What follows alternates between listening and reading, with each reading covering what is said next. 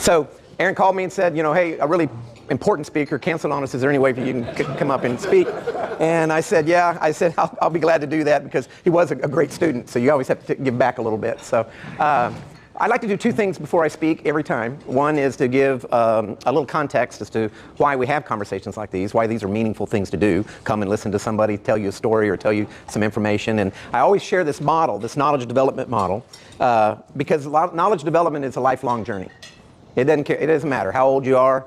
You need to be in the game, reading, gaining information, practicing it, reflecting, and learning all the time. If you ever stop, you find yourself in real trouble. So this model is something to always remember. There's three types of knowledge. This was written by a guy named Bio in the 80s. He was out of Harvard, and he decided he would study how people learn.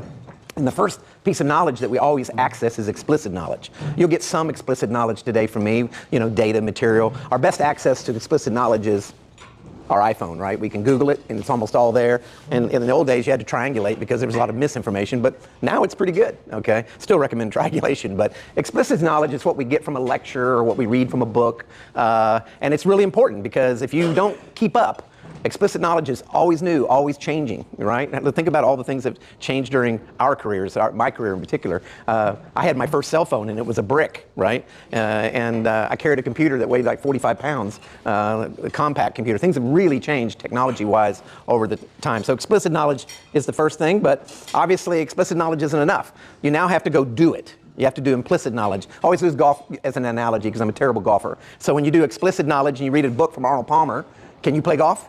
Are you ready? You read the book? Yes, you're going. Okay, well, you're better than I am. So what do you do to prove that you can play golf? You go to the driving range and you do it with your body, not Arnold Palmer's body, and you learn that there's some things missing between what Arnold told you and what you have to do in order to be effective in the game. So that's a way you have to practice. You have to do it. You have to put it in the context of who you are.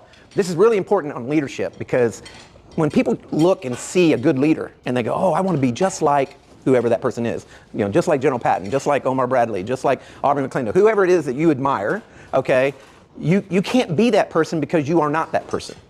So one of the things you have to do is to make sure that when you practice, you consider who you are.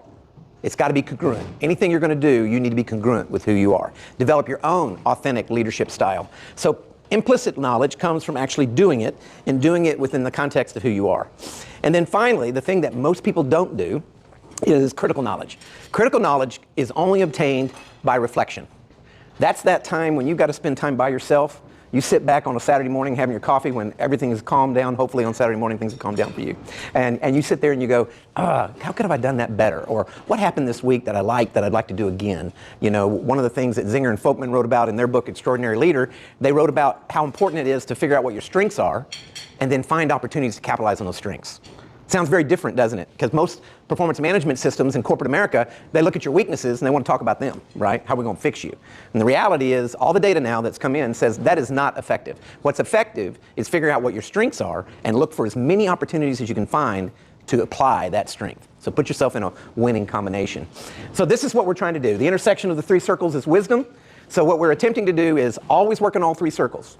If you have a big explicit circle where you do a lot of reading and you never practice, the wisdom doesn't come, okay? If you never take time to pause and reflect on what you learned and frankly what you did, it won't turn into wisdom. So you have to build this into your routine. You have to build reading into your routine. Now, if you're like me, I've got a stack of books on my bedstand, and I'm always behind, but I'm always trying to find out what's new and what's going on in the world. Reading is a really important part of obtaining the amount of explicit knowledge that's current. And podcasts. In new technology, we were talking earlier about Scott Tinker. He's got an amazing podcast out there around energy and energy development. And I highly encourage you to go out there and find some of those things that are beneficial. So this is part of what we're doing. I just offer that as context. And the other part about context, given our field, I was in Abu Dhabi at they call it the WOO conference, the World Oil Outlook. And I thought it was important to talk a little bit about some of the facts. Because I think some of the facts get lost in the rhetoric of the politics that we hear day to day. And so I took some notes. These are my emails to myself. So the world economy, now this is a global context, is expected to more than double in size. So double between now and 2045. So think about the size of the economy today and imagine the stock market and globally being double. Tells you that, being long is not a bad thing if you're going to be around to 2045. Global primary energy demand is forecasted to grow 23%.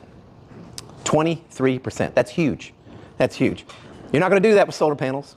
You're not going to do that with alternatives. It's going to take it all. All kinds of energy are going to have to be required. The world currently needs to add, and this number just blew me away, 2.7 million barrels of oil equivalent per day between now and 2045. Everybody here knows how hard it is to get 2.7 million barrels of oil production into the market. We have to do that per day between now and 2045. And probably the biggest issue, I belong to a think tank.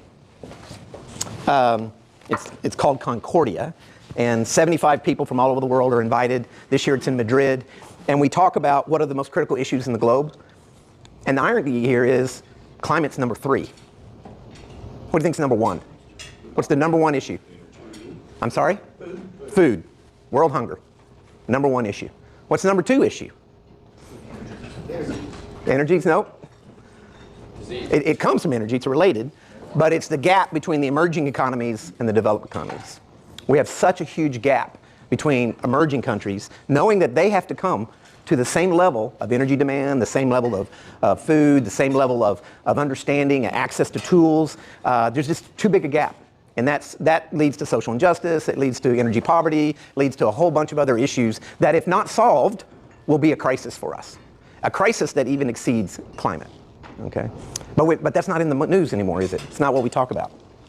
So that just gives you some context of what we do. So when Aaron and I chatted, we said, well, gosh, you've given me all but 24-hour notice. No, he gave me a week. What do you think this audience would want to hear about? And he told me a little bit about you and the different roles you play. And I thought maybe you guys might be interested in not my role as a professor or my role as a CEO of Access Midstream, but what's going on in the boardroom. So I'm on the board of Marathon Petroleum Company. I'm also on the board of MPLX, a midstream pipeline company. I've been senior advisors to Apollo, so I have all these little vantage points. I'm an NACD business fellow, so I teach the North American company directors, about ESG and about climate and what things need to be done.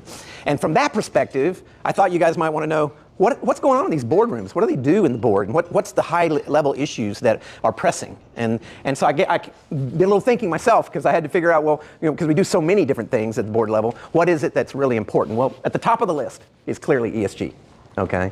Now, right now, it's capital E, environment, climate, the risk climate brings, little s and little g. Okay. But S and G are equally important, so they should be the same level. But unfortunately, right now, what's taking the stage at the politics, et cetera, is climate. Now, just so you are clear, climate science is real. There is no doubt. Nobody should be denying it. If there are still deniers here, please come meet me afterward. I'll convert you. Okay? There is no doubt that greenhouse gases do what greenhouse gases do, and thank God they do, because it would be minus 19 degrees C on this planet if they didn't. So we're very thankful for greenhouse gases. No doubt CO2 is the number 1 greenhouse gas that stays in the air, stays in our atmosphere longer than any other greenhouse gas. Water, by the way, is a greenhouse gas. Thank God it doesn't stay in the air, because it's actually a more effective greenhouse gas than CO2. But of course, it condenses and forms rain and comes back to Earth, and the Earth does a nice cycle for it. Methane emissions. Methane is a greenhouse gas, a very important one, especially for our industry. That's why I partner with Project Canary and working with many people in the industry to try to declare war on methane emissions. We do not need methane leaking at least unintentionally, from many of our sources. But what's the number 1 source of methane, by the way? Cows. Thank you very much. Okay. Now, believe it or not, we're doing some good work there. It's the equivalent of Beano, okay? We're giving all these cows things, foods and stuff, to where they don't have gas problems as much as they used to have. It's funny how we have to deal with some of the science, but methane is obviously clear. The third fact about climate science is the CO2 increase that we're seeing in the atmosphere, which is exponential, now 420 parts per million, is anthropogenic. It's caused by the burning of fossil fuels. For the longest time, people said, oh no, that's from volcanoes, whatever. But we use carbon dating technology. We actually pulled the isotopes from the carbon, and we can tell you exactly where it's coming from. Okay, so it is not anything but the growing energy demand and the fact the tailpipes of each and every one of our cars. Okay, that's what's escalating the CO2. And it is unsustainable. We cannot continue. We cannot allow all these emerging economies to develop the way we've developed. We can't. It's too much CO2. It will result in much higher temperature increases. And yes, global warming is a consequence of increasing greenhouse gases. So you can see I'm an advocate for climate science, but then I fall short of being an alarmist. We're not going to sit here like boiling frogs. We are going to do something about it, and we are doing things about it. We're every day. Which country is the only country that made the Paris Accord? USA. We're the only ones that reduced emissions by the amount, and guess what? We didn't sign the Paris Accord, okay? But we did it. How did we do it? The shale revolution. Natural gas, much cleaner burning fuel, shut down coal, and here we are today. Isn't that amazing? There are many other new technologies out there that are going to take us to a much better place than these models show. The models just extrapolate. You are what you are now. You're going to continue to do what you're doing. There'll be more people doing what you're doing, and therefore it gets really bad. This concept that the oceans are going to increase and Manhattan's going to be underwater and Florida's not going to be here anymore, don't buy it. That kind of crisis, that kind of fear-mongering, not going to happen because we're not going to stand for it. Now, the fuel energy world is going to change significantly. Significantly. I personally believe the number one growing fuel energy source is going to be fusion. Fusion energy, not fission, fusion. I'd be glad to talk to you about it in more detail. I advised one of the companies in National Livermore Labs. There's been huge breakthroughs. You know, no nuclear waste, you know, tons of energy. You're basically replicating the sun here on Earth, okay? Now, are we ready to deploy it? No. But is it there for the future at a zero carbon solution? Yes, it'll be there for us. So there's lots going on. But in the ESG world, like I said, what's going on at the board level, capital E, and it's all about climate. It's the SEC putting out their 252-page ruling. How are we going to comply? You know, report scope 1, scope 2, scope 3.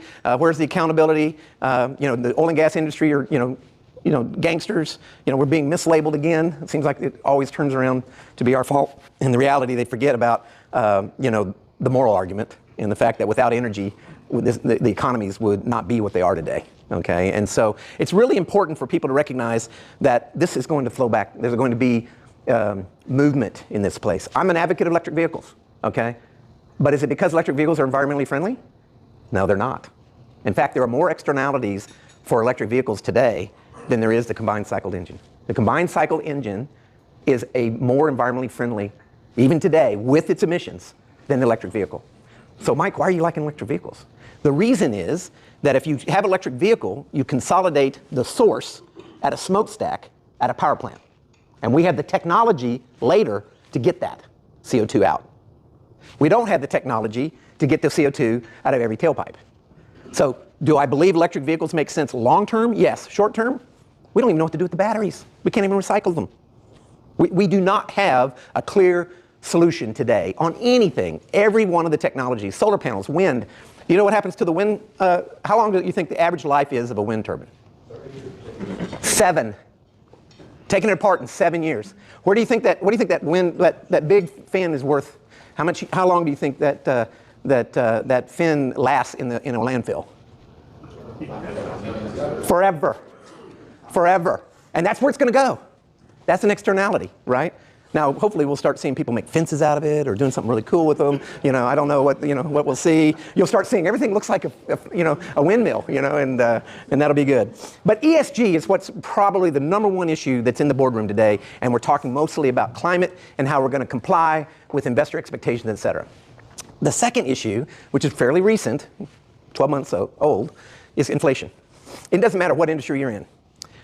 Inflation drives up your costs. So much so that it can destroy an income statement really quickly.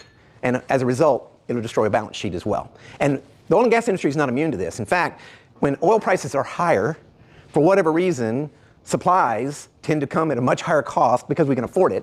And of course, oil prices have this tendency to ebb and flow, so they're going to go down, and then we're left with the cost for a much longer period of time. And this is something we've all lived with in our industry forever, right? So inflation has a stickiness that once the cost gets built in, it tends to last longer, which destroys the margins that we all experience. And this is not just oil and gas, this is everything. So we're seeing inflation really take root, okay? Now, everyone talks about social injustice. One of the advantages of inflation is that the lower income tend to benefit more than the higher income. Because what we do is we start paying higher wages for hourly and things like that. And unfortunately, inflation has a tendency to destroy people with money who've got their money all in the equities in the stock market. So there's kind of something that needed to take place, okay? And so there is some kind of good coming out of inflation if you're into social injustice. The reality is inflation's not good in general. We've got to get it under control. Most people I talk to, there's probably bankers in here who know it better than I do, they forecast this thing being normalized by 2024. But in the boardroom, what we're talking about is how do we control the costs that are coming as a result of rising inflation, okay? And how do we do it in a way that maybe we take a hit short term so that we have a long-term profitability? Because what people don't want is to build cost in long term that when the commodity price comes down again, margins are gone. So inflation's a big conversation. The next one is technology. And if you look at our industry, oil and gas, general energy industry, I think the biggest technology is going to be in alternatives, okay? Alternative energy has already made a big move. If we follow Europe, there's going to even be more alternative energy.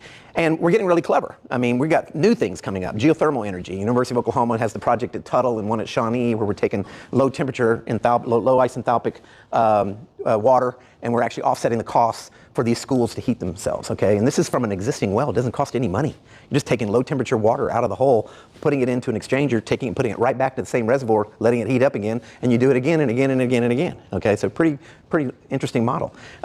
In Texas, they're doing the kinetic piece where they're taking an abandoned 10,000-foot well. And because Texas has got a free market in the electrical side, there's this huge differential between and it's ERCOT, they have a huge differential between peak power price and non-peak.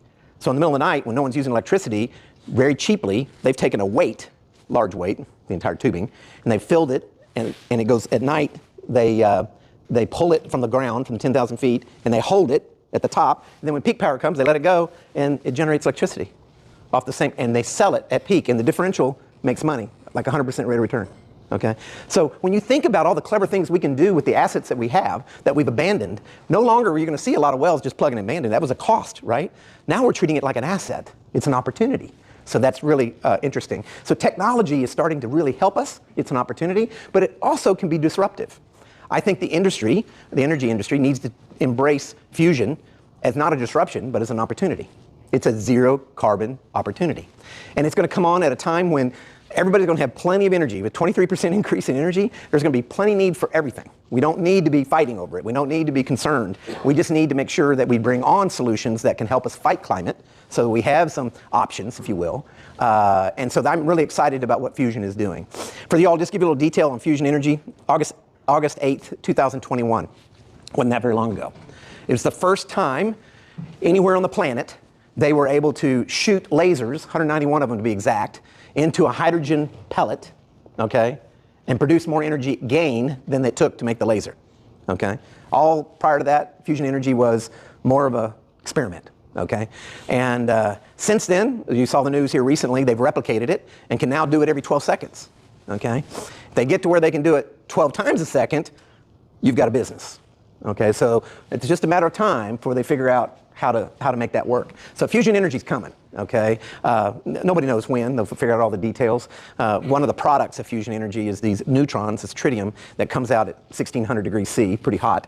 And we have a material science problem. For those of you who are chemical engineers that want to figure out, 1600 degree neutrons, when they hit something, tear the crap out of something. So you got to figure out what the blanket's going to look like. We usually use lithium, but to absorb that heat. I actually went to Livermore for one of the shots, and when I saw the blanket, and I said, whoa, what happened to that? And they go, that's what neutrons do, okay? So we have some work to do on material science as well. But the good news is, that's come a long way too. Technology on material science has come a long way. We have things that can probably withstand that kind of abuse. So be aware of technology distributions. Capital markets. This one's been really interesting to me because as being on a board, I've had to deal with activists. I've had to deal with people who say, you're in the dirty energy industry. You guys need to get out, just stand down. We're going to invest all of our money in green new alternatives. And that went on for about a year. So the capital markets left us. We couldn't get funded. We couldn't get decent equity contributions. I don't care if it was venture capital, private equity. They left us for almost 18 months. And then someone said, we're not making any money. We're not making any returns, okay? And then all of a sudden the dialogue started changing again and we started to be back in favor. And so that period of 18 months appears to have gone away, but not all of the capital E concerns have gone away. Now it's more balanced. It's like we want to do these things, but we want to do it in a more environmentally sustainable fashion, which none of us in our industry disagree with that. We would all love to do that, okay? But now, instead of the capital markets leaving us entirely, we now have access to capital again, okay? So we can actually have healthy balance sheets with debt and because there was a while there, for a while, you couldn't get a blue bond or a debt that to borrow money to do an oil well. Are you kidding me?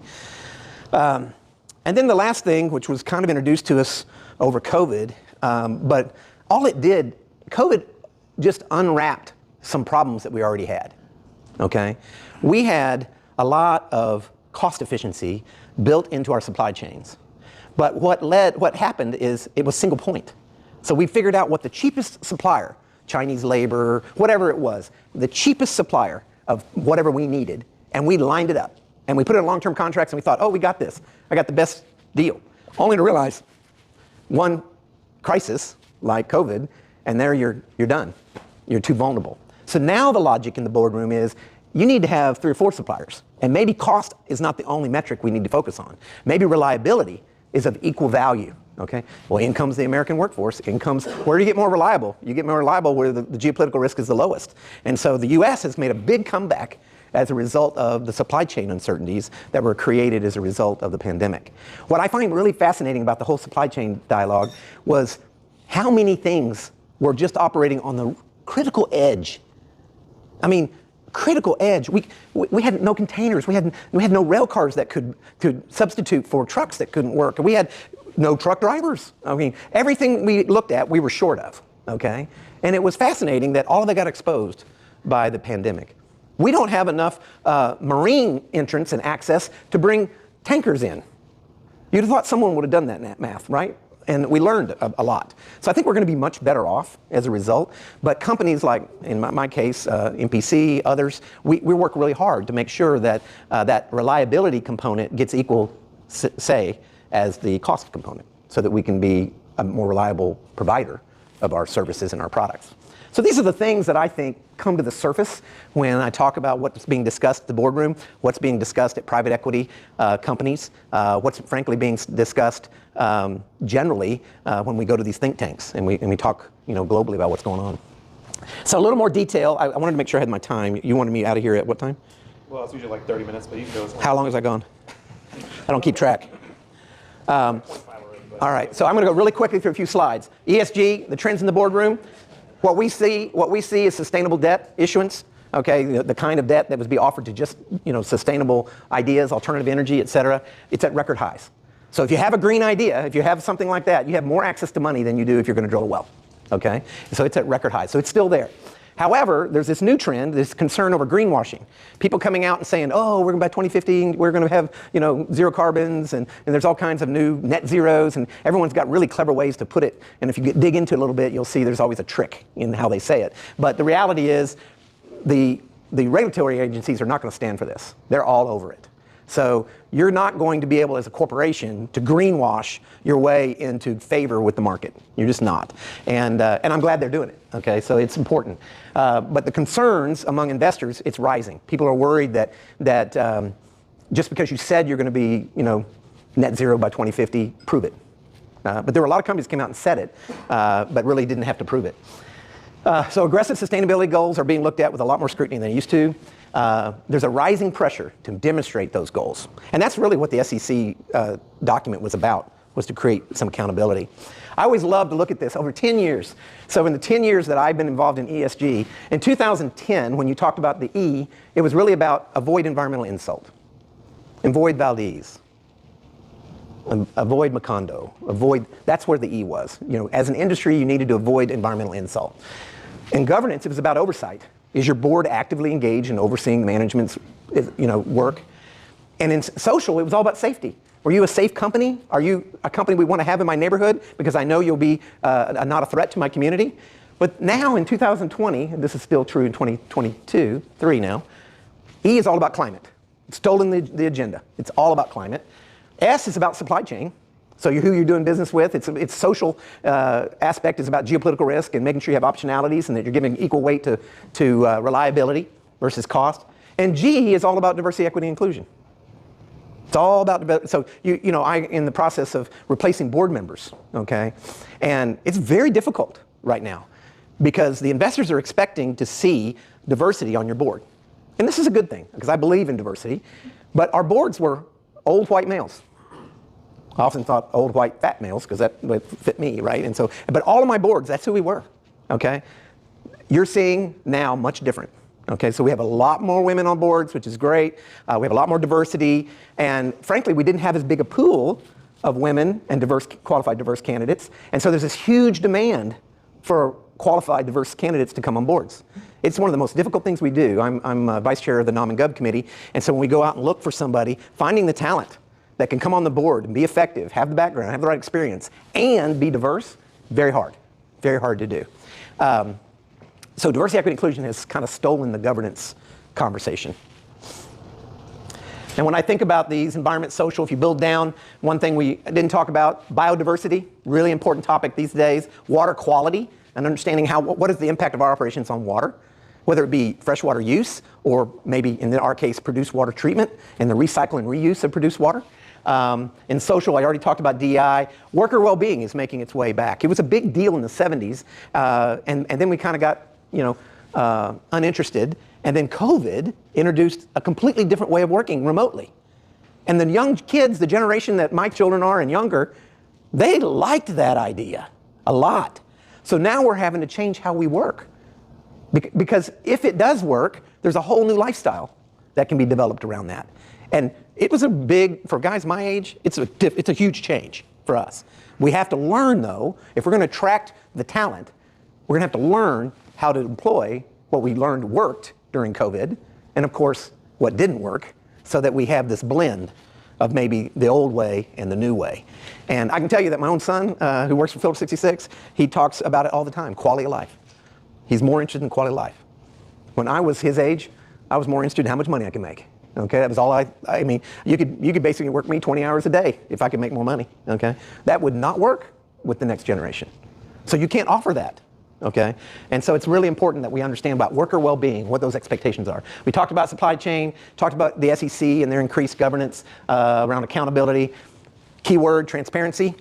I mean, best governance model in the world is if you know something that's going to be confrontational or maybe something that won't be well received by the market, get it out there. Be transparent. Get the information out there. Good news, bad news, doesn't matter. Get the news out there. Don't let others tell your story.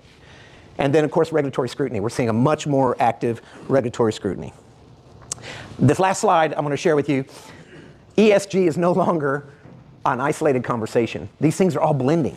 They're all confusing. You know, whether you're talking DEI or biodiversity or you're talking water quality, it's turning out to where it has an E impact, has an S impact, and a G impact. And so the conversations are becoming much more complex as we try to understand what the next path forward is. Okay?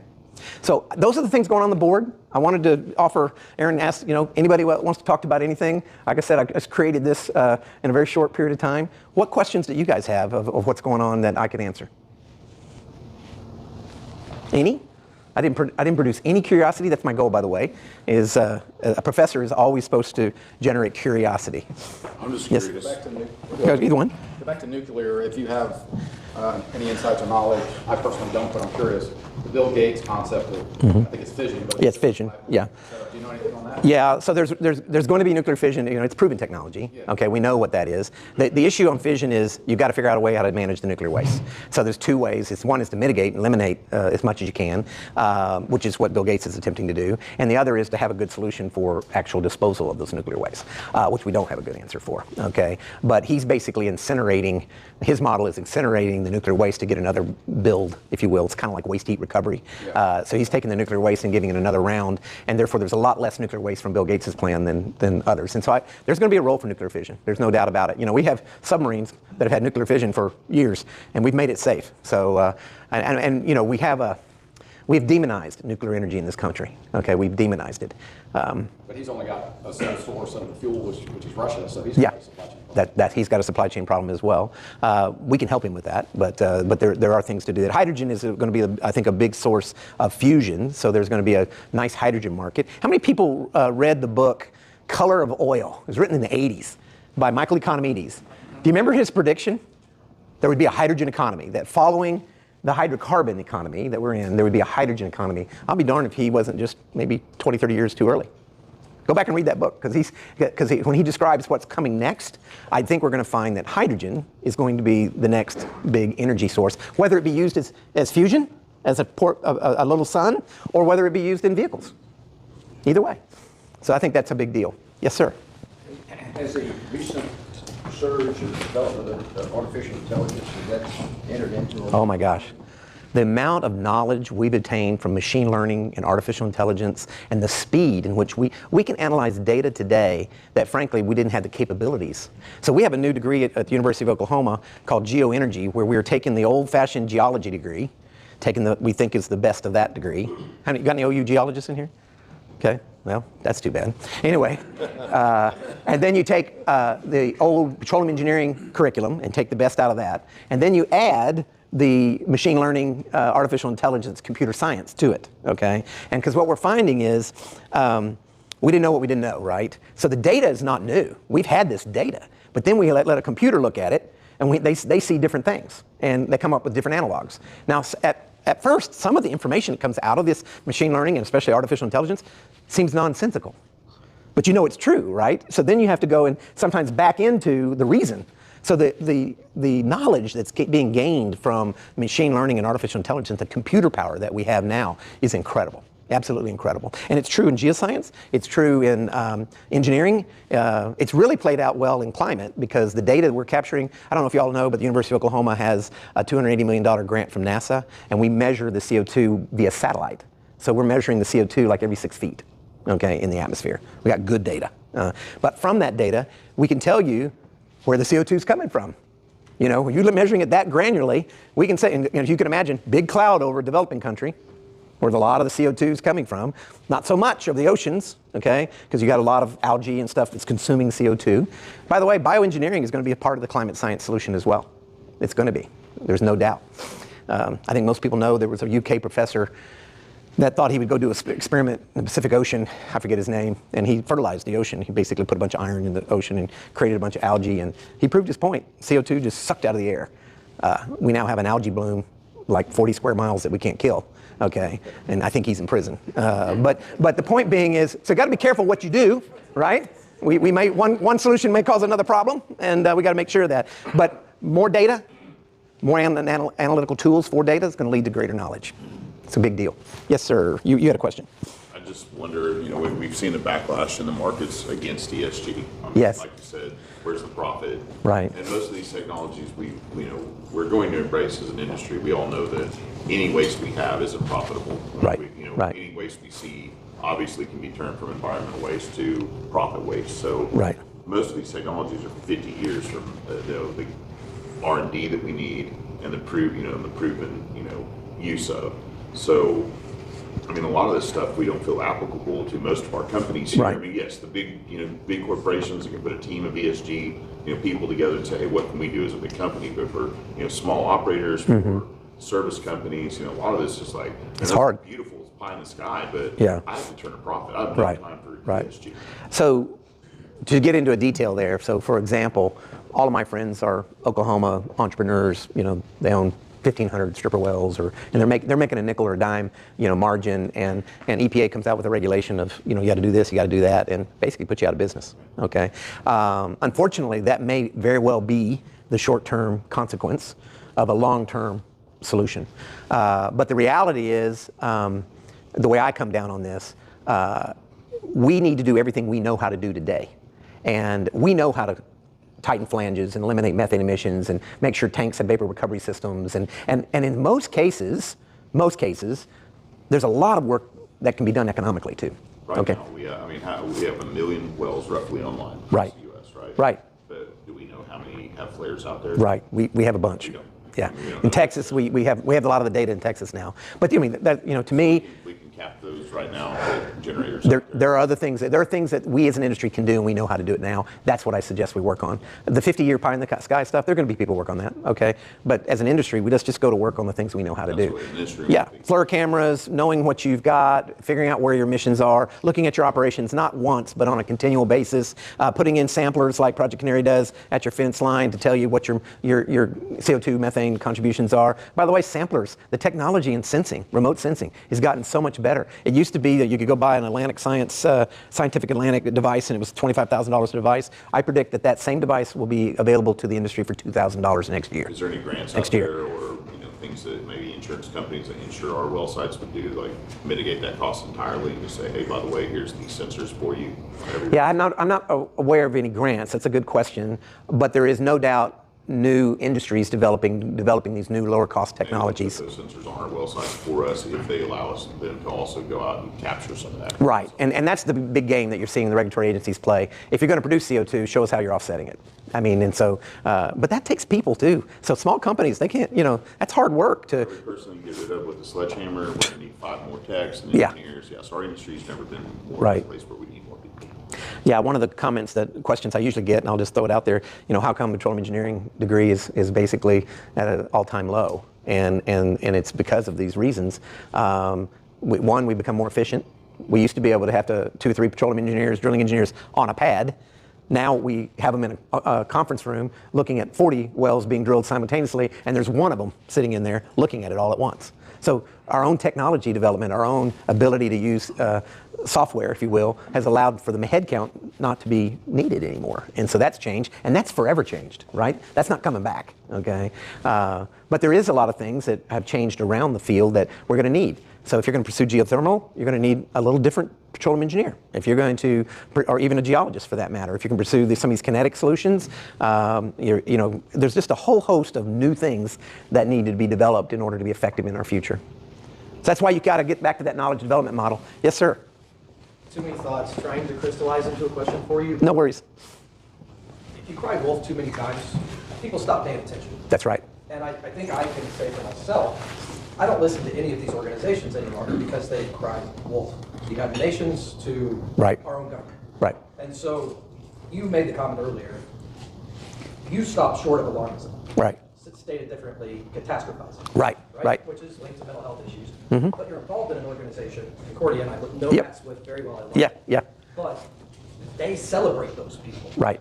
Right. Antonio Guterres, head of the UN, standing in the middle of the ocean as if climate change has caused sea level rise. Right. Ironically, Yeah. Tuvalu Yeah. has increased its land. That's right. not decreased it. That's right. So the sheer amount of straight up lies Yeah. is problematic. And my question to you, I guess, trying to crystallize this is, what are you doing with your influence Right. to try to get these organizations to be taken credibly? So the first Concordian I was invited to was in Florida, and I was the only oil and gas executive there, okay? Now there's 3 of us, okay?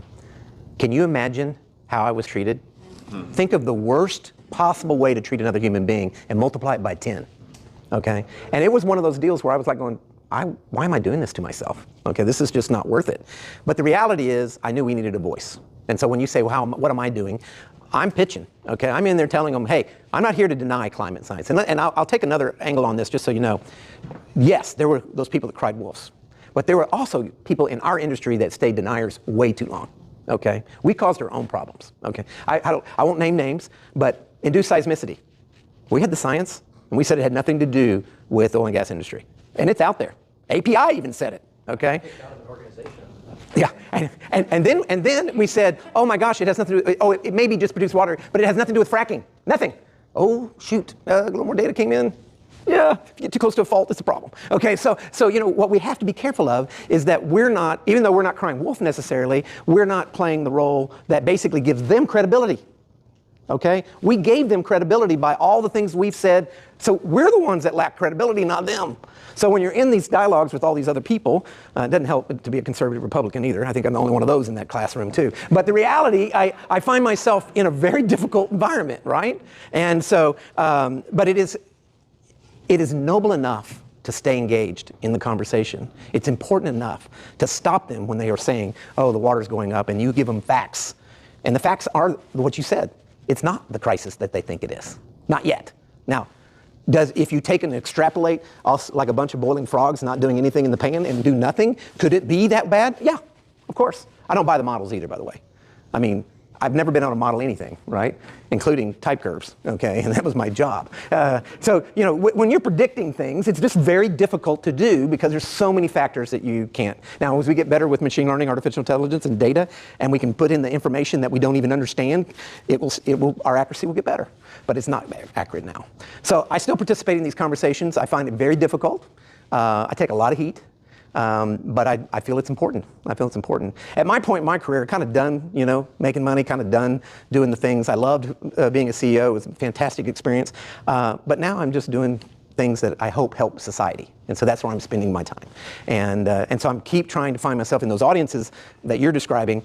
And I just oftentimes, because you can't argue with them, I just hold up the mirror. Okay, I just say, okay, so you're talking bad about the industry because they denied this, they denied that. Now, what are you saying about, by the way, you predicted in 2008 the world was coming to an end. Here's the article that your advocates wrote. By the way, it's 2023, we're still here. Okay, so what happened to that model? It was wrong. That's all there was to it, it was wrong. Yeah. But by taking Robert's comments one step further, what can we do as an industry to promote what you're saying? And I'll give you a simple example. We all see, you know, late night commercials for a pharmaceutical, and it's going to cure or help whatever you got.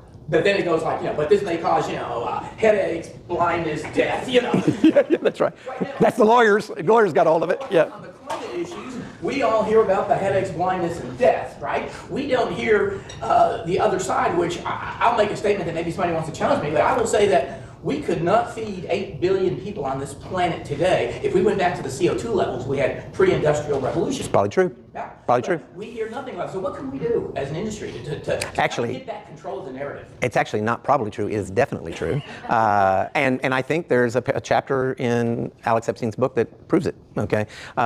So there are things that people don't appreciate that. I loved watching China because I was in China when, you know, my first trip to China, everybody was on a bicycle. My second trip to China, everybody was on a moped. My third trip to China, everybody was in little cars, okay? Now Beijing looks just like us, but the air, you could cut with a knife, okay? It looks like New York was in the, whatever, 1950s, I guess.